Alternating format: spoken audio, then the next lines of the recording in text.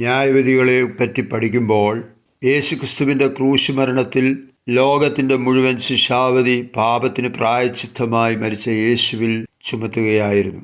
യെശയ്യാപ്രവചനം 53:6 യഹോവ നമ്മുടെ എല്ലാവരുടെയും അകൃത്യം അവൻ്റെ മേൽ ചുമത്തിയെന്നും 1 പത്രോസ് 2:24 യേശു തൻ്റെ ശരീരത്തിൽ നമ്മുടെ പാപങ്ങളെ ചുമന്നുകൊണ്ട് ക്രൂശിന്മേൽ കയറിയെന്നും 2 കൊരിന്ത്യർക്ക് എഴുതിയ ലേഖനം 5:21 പാപം അറിയാത്ത യേശുവിനെ ദൈവം നമുക്ക് വേണ്ടി പാപമാക്കിയെന്നും 1 യോഹന്നാന്റെ ലേഖനം 2:2 സർവ്വഭൂലോകത്തിൻ്റെയും പാപത്തിന് യേശുവിൻ്റെ മരണം പ്രായശ്ചിത്തമായി എന്നും നമുക്ക് കാണുവാൻ കഴിയുന്നുണ്ട്. യേശു ഈ ലോകത്തിലായിരുന്നപ്പോൾ തൻ്റെ മരണവിധം സൂചിപ്പിച്ച് പറഞ്ഞിട്ടുള്ളത് യോഹന്നാന്റെ സുവിശേഷം 12:31 സുവ്യക്തമാണല്ലോ. ഇപ്പോൾ ഈ ലോകത്തിൻ്റെ ന്യായവിധി ആകുന്നു എന്നാണ് അവിടെ പറയുന്നത്. അപ്പോസ്തലനായ പൗലോസും ഇതേപ്പറ്റി പറയുന്നത് പാപത്തിന് ജഡത്തിൽ ശിക്ഷ വിധിച്ചു എന്നാണല്ലോ. റോമാലേഖനം 8:3 ജഡത്താലുള്ള ബലഹീനത നിമിത്തം ന്യായപ്രമാണത്തിന് കഴിയാത്തതിനെ സാധിപ്പാൻ ദൈവം തൻ്റെ പുത്രനെ പാപജഡത്തിൻ്റെ സാദൃശ്യത്തിലും പാപം നിമിത്തവും അയച്ചു.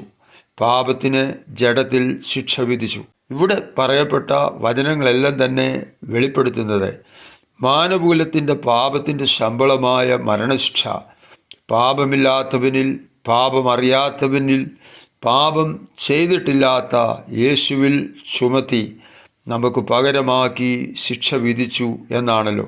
വ്യക്തമായി പത്രോസ് പറയുന്നത് പാപത്തിൻ്റെ ശിക്ഷ പിതാവ് പുത്രനായ യേശുവിൽ ചുമത്തിയതും അവനെ പ്രായശ്ചിത്ത ബലിയാക്കിയതും നാം ഓരോരുത്തരും പാപം സംബന്ധിച്ച് മരിച്ച് നീതിക്ക് ജീവിക്കേണ്ടതിനു വേണ്ടിയാണ് എന്നാകുന്നുവല്ലോ. 1 പത്രോസിൻ്റെ ലേഖനം 2:24 പൗലോസ്ലിഹായും പറയുന്നത് അങ്ങനെ തന്നെയല്ലേ. പാപം അറിയാത്തവനെ നാം അവനിൽ ദൈവത്തിൻ്റെ നീതിയാകേണ്ടതിന് അവൻ നമുക്ക് വേണ്ടി പാപമാക്കി. 2 കൊരിന്ത്യർക്ക് എഴുതിയ ലേഖനം 5:21 ഇനി പാപിയായ മനുഷ്യൻ ന്യായം വിധിക്കപ്പെടുന്നത് നമുക്ക് പകരമായി പാപമാക്കപ്പെട്ട ക്രിസ്തുവിനെ സ്വീകരിക്കാത്തതിൻ്റെ അടിസ്ഥാനത്തിലായിരിക്കും. ന്യായവിധി എന്നതോ വെളിച്ചം ലോകത്തിൽ വന്നിട്ടും മനുഷ്യരുടെ പ്രവൃത്തി ദോഷമുള്ളതാകയാൽ അവർ വെളിച്ചത്തേക്കാൾ ഇരുളിനെ സ്നേഹിച്ചത് തന്നെ. ദൈവത്തിൻ്റെ വചനം പഠിക്കുന്ന ഒരു പഠിതാവിനെ പല ന്യായവിധികളെക്കുറിച്ച് തിരുവെഴുത്ത് പറയുന്നത് കാണുവാനായിട്ട് കഴിയും. അതിൽ പ്രധാനമായും എടുത്തു പറയാവുന്നതും നാം അറിഞ്ഞിരിക്കേണ്ടതുമായ വിവിധ ന്യായവിധികൾ, അതിൽ ജാതികളുടെ ന്യായവിധി, ഇസ്രായേലിൻ്റെ ന്യായവിധി, ദൂതന്മാരുടെ ന്യായവിധി, രക്ഷിക്കപ്പെടാത്ത ഒരു പാപിയുടെ ന്യായവിധി, ദൈവസഭയുടെ ന്യായവിധി തുടങ്ങിയവയാണ്. ജാതികളുടെ ന്യായവിധി സംബന്ധിച്ച് ആദ്യമായി നമുക്ക് അല്പസമയം ചിന്തിപ്പാനിടയാകട്ടെ.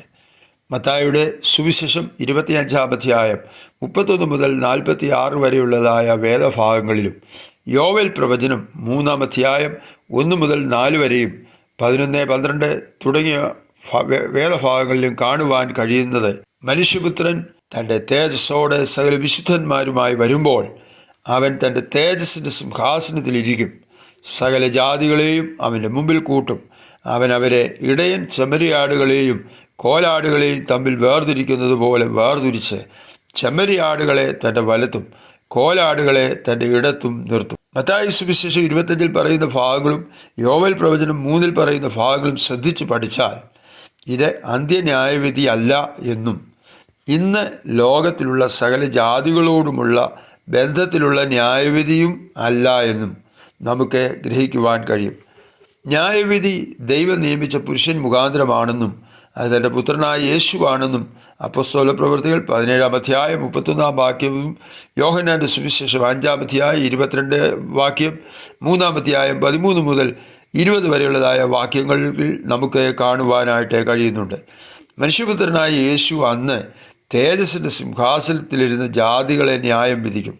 ഇത് വെള്ളസിംഹാസനമല്ല, അന്ത്യ ന്യായവിധിയും അല്ല.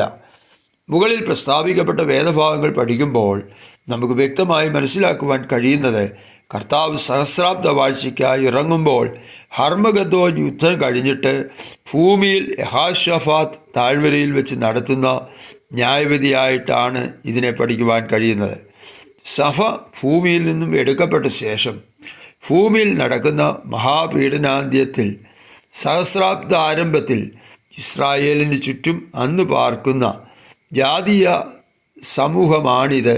അതായത് അവർക്ക് ചുറ്റുമുള്ള അറബി രാജ്യങ്ങളാണ് ഇത് എന്നുള്ളതാണ്. പീഡനകാലത്ത് ഇവർ ഇസ്രായേലിനോട് ഇടപെട്ട പ്രവൃത്തിക്കനുസരിച്ചുള്ളതാണ് ഇവിടെ പ്രതിപാദിക്കുന്നതായ ഈ ന്യായവിധി. തേജസ്സിൻ്റെ സിംഹാസനത്തിൽ കാണുവാൻ കഴിയുന്ന 3 കൂട്ടർ ആരൊക്കെയെന്ന് ചോദിച്ചാൽ, വലത്തുള്ളവർ, ഇടത്തുള്ളവർ, എൻ്റെ ഈ ഏറ്റവും ചെറിയ സഹോദരന്മാർ തുടങ്ങിയ 3 കൂട്ടമാണ്. അതായത് സഹായിച്ചവർ, സഹായിക്കാത്തവർ, ചെറിയ സഹോദരന്മാർ എന്ന് വിശേഷിപ്പിക്കുന്ന ഇസ്രായേലിയർ.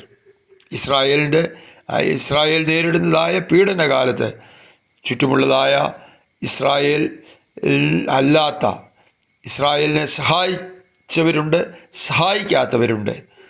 അവരെക്കുറിച്ചാണ് ഇവിടെ പറയുന്നതായ ഈ ന്യായവിധി.